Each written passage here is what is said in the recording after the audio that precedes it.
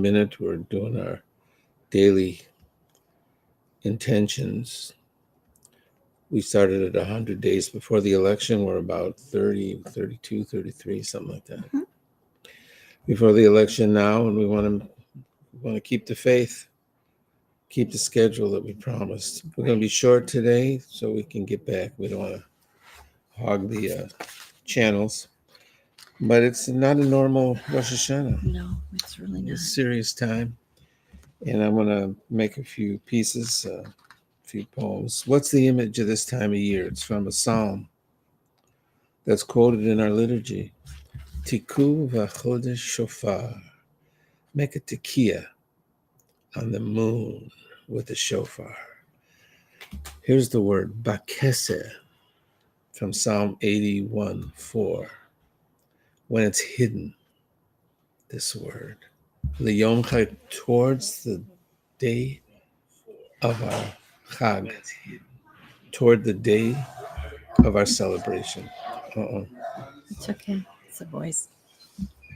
Which means Sukkot. We're moving towards Sukkot when the image of the moon, what we draw down is new, and it will grow. What we draw down, what we bring down new. We taught that every Rosh Hashanah we bring down something new into the world. It's not the same as it was last year, the year before, the year before.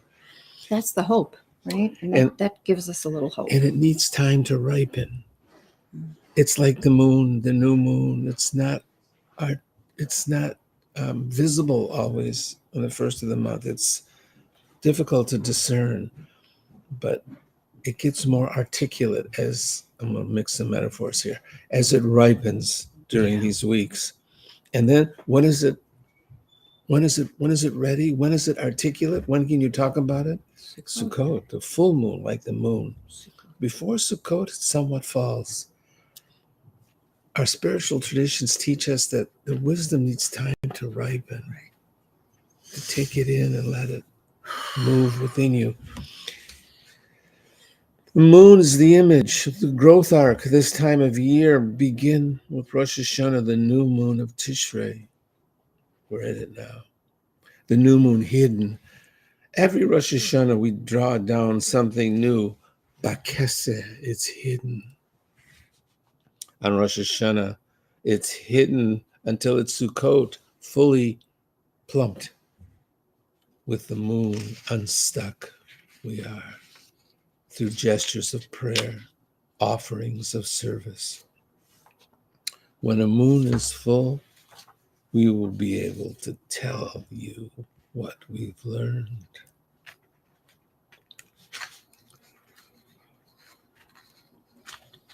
I want to speak one more prayer that I wrote.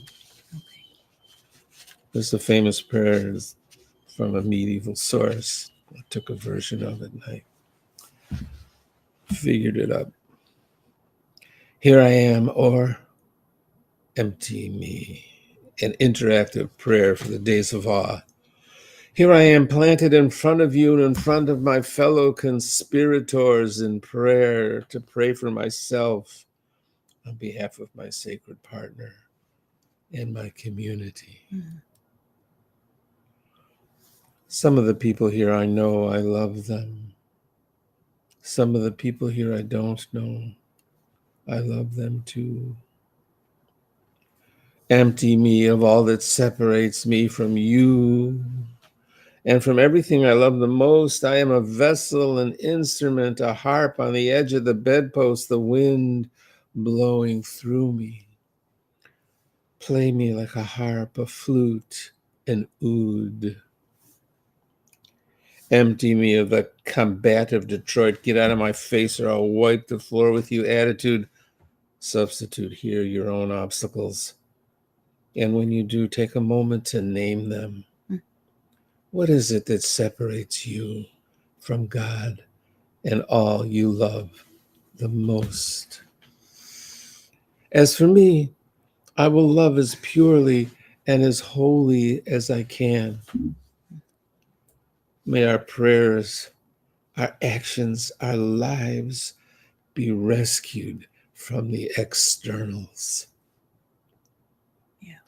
Let all our prayers rise uninterrupted like doves straight to heaven. Let us be guided to the sacred heart of the world.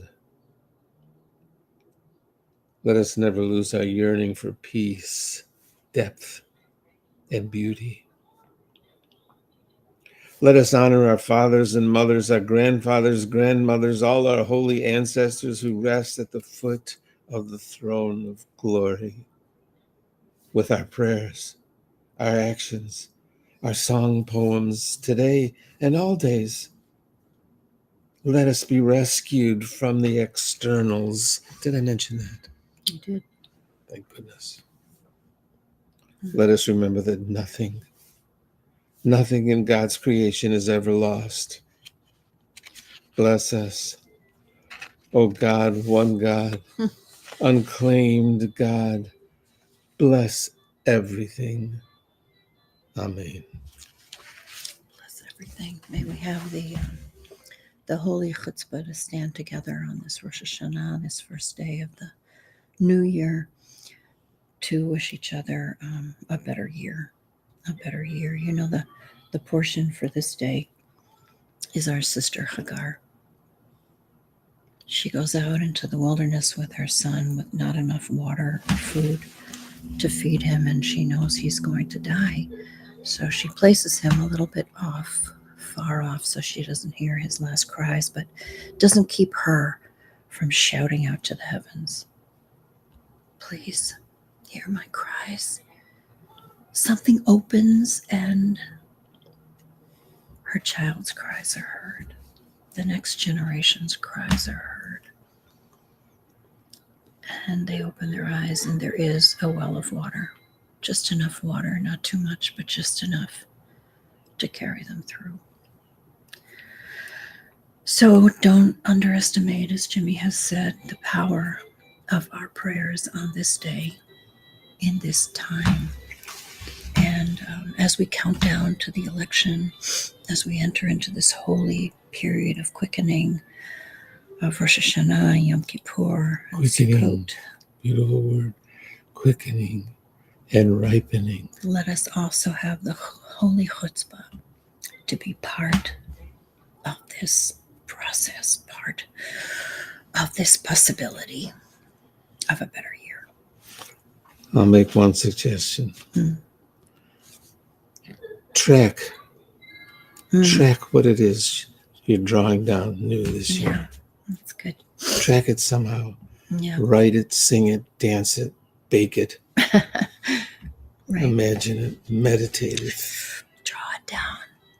track it. Open up And then the heart of the world. on Sukkot, I'm going to show up into the sukkah at our place.